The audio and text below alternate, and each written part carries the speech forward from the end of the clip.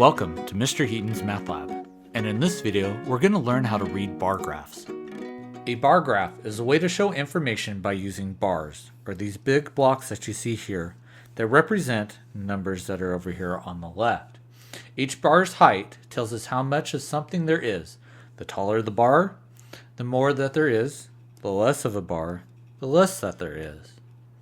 The line at the bottom here, which we call the x-axis, shows us what each bar stands for. In this example, it tells us about the student's name. So we can see these individual bars represent individual students. The y-axis, or what we see here on the left, represents the number of apples. So the height of each one of these bars corresponds to the value to each one of these students. What that tells us is the number of apples picked by each student. So if we want to take a look at Ella, we can see that Ella has picked 4 apples. So let's try a couple questions. So our first question is, how many more apples did Brian pick compared to Cindy? Well, Brian, we have right here, Brian picked 1, 2, 3, 4, 5 apples. Compared to Cindy, which is here, Cindy picked 1, 2 apples.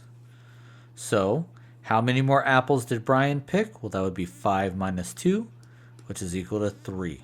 So Brian picked 3 more apples than Cindy. For this question, let's see, how many fewer apples did Frank pick as compared to David? Okay, so if we take a look at our graph, we can see where David, who is here, picked 1, 2, 3, 4, 5, 6. David picked 6 apples. Compared to Frank, and we have Frank here, Frank looks like he picked 1 apple only. So 6 minus 1, how fewer apples did Frank pick compared to David? So David picked 6 minus 1, that is equal to 5. Now let's take a look at this example. If Alice picked 2 more apples, how many apples will she have picked in total? So let's see if we can find Alice. Alice is right here. And if we look at the bar, we see the bar ends at 3. So Alice picked 3 apples. But what happens if she picks 2 more? So we're going to add 2 apples. The total will be 5. Okay, so for this question, how many apples were picked by Alice, Cindy, and Frank combined? Okay, well, let's take a look. Let's find each person. So we have Alice. We know Alice picked 1, 2, 3 apples. Cindy is right here. She picked 1, 2 apples, right? Because that's where the bar ends. Bar ends at 2. And then Frank. Frank is over here. Looks like Frank, he picked 1 apple. So if we want to find out the total amount of apples picked by all 3 of these people combined, it would be 3 plus 2, which would be 5, plus 1, which equals 6. So the total is 6. Now let's see about this one. How many more apples did David and Ella pick together compared to Alice and Frank together?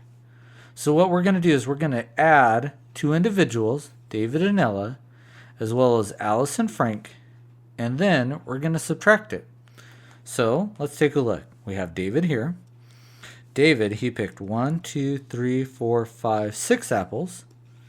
And Ella, next to David, picked 1, 2, 3, 4 apples. 6 plus 4 is equal to 10. Now let's take a look at Alice. Alice is right here. Alice picked 1, 2, 3. And Frank, he is here, and Frank picked 1. So 3 plus 1 is equal to 4. So we have 10 minus 4, and that is equal to 6. Now let's take a look at this question.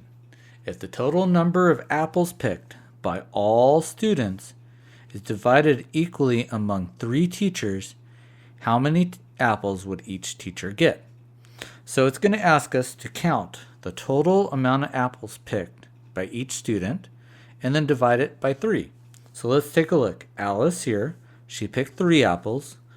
Brian, he picked 5. Cindy, she picked 2. David picked 6. Ella picked 4. And Frank, he picked 1. So if I add these up, we're going to add 2 numbers each. So we have 3 plus 5 is 8. 2 plus 6 is 8. 4 plus 1 is 5. If we add these 2 numbers, we get 16 plus 5. 16 plus 5 is 21. So we're going to take 21 apples and we're going to divide them equally among 3 teachers. If we do that, 21 divided by 3 will equal 7. So each teacher will get 7 apples. If you're looking to take your math skills to the next level, check out Mr. Heaton's Math Lab. We offer a range of resources to help you succeed, from free workbooks and Common Core assessments to focused mini courses and comprehensive curriculum courses. Head over to www.mrheatonsmathlab.com to get started today.